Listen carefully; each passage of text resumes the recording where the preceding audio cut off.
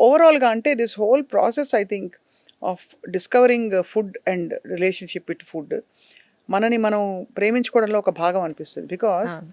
మనం అశ్రద్ధగా తింటాం. Especially women. అసలు ఉమెన్ వాళ్ళ కోసం వాళ్ళు తినరండి. మిగిలిపోయింది. పిల్లలు స్కూల్ నుంచి వచ్చి స్నాక్స్ మిగిలిపోతే ఈ మిగిలిపోతున్నాయి మధ్య తరగతి అన్ని కౌంట్ చేసుకొని తింటాం కదా! అంటే ఇది వేస్ట్ అయిపోతే ఇప్పుడెలా? ఇది డస్ట్‌బిన్‌లోకెళ్ళి నేను మీ వేస్ట్ అవుతుందని మీరు టమ్మీకి పెట్టొద్దు అంటా.